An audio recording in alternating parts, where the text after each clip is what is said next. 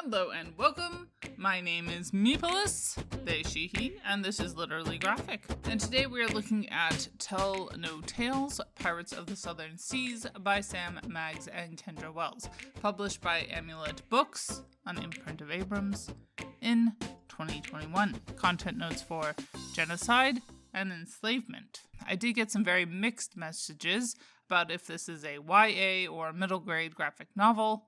Goodreads has it down as YA, and many of the more negative reviews seem to have expected it to be aimed at a higher than middle grade audience.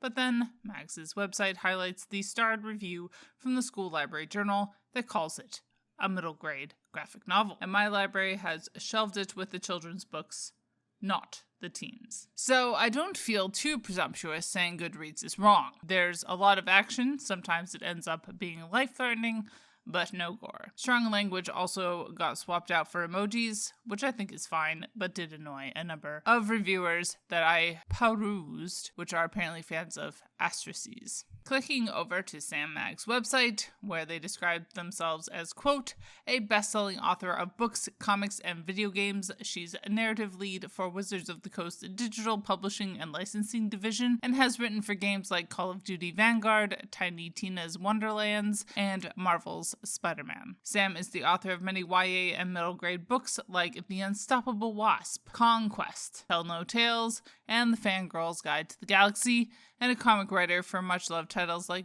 Marvel Action, Captain Marvel, Critical Role, and Transformers. He is also an on-air host for the networks like Nerdist, a Canadian in Los Angeles. She misses coffee crisps and bagged milk. End quote. According to Kendra's website bio, they are, quote, an illustrator, comic artist, colorist, and designer living in Brooklyn. They also contributed to the Nibs graphic anthology Be Gay, Do Comics, that I really enjoyed a while back. Link to that review in the cards. What kinds of keywords came to mind reading this book? Maroons, colonial history, adventure, swashbuckling, and family. The official synopsis over on Goodreads is, quote, Anne Bonny had it all. Her own ship, a pirate crew, and a fearsome reputation. But a new enemy has her on the run, and it'll take all of Anne's courage to stay afloat. The night before a major heist, Anne has an unsettling dream, and come morning the robbery is thwarted by Woods Roger, a zealot who has sworn to eliminate piracy. With no plan to escape, Anne must persuade her crew to seek the meaning of her dream or perish. Full of sass, solidarity, and swordplay, Tell No Tales is a graphic novel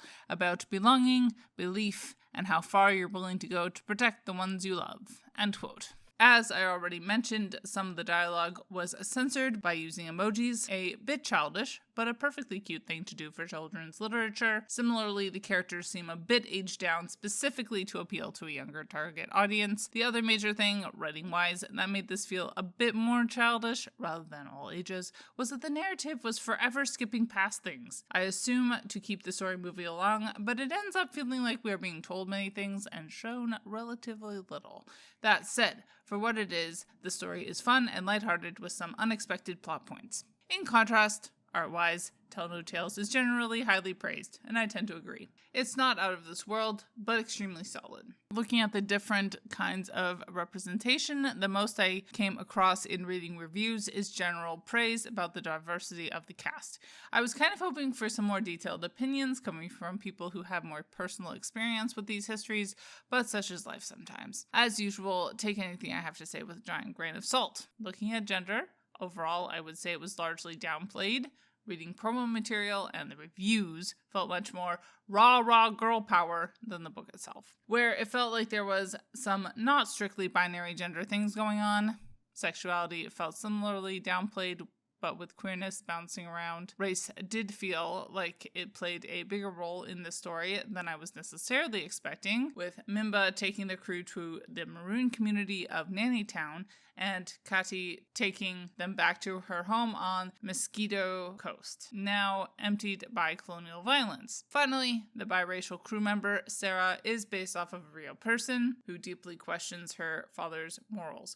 I'm not sure where this representation falls on the spectrum of good to questionable, but it is certainly more than I was expecting. I only learned about maroons relatively recently. The representation that rang most dubious to me was the fact that the big bad was scarred and the closest, at the very least, to being disabled.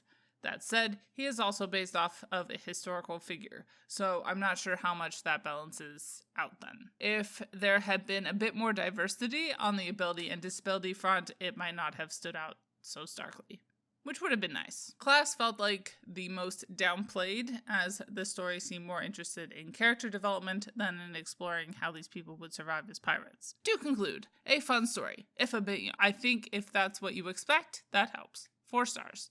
Bye y'all, keep reading an organized and capitalist oppression. And as always, Literally Graphic is created on land that should be given back to the traditional landholders, which in this case is, to my knowledge, the Mississaugas of the Credit First Nation, Anishinaabe people, the Haudenosaunee Confederacy, and the Huron-Wendat Nation.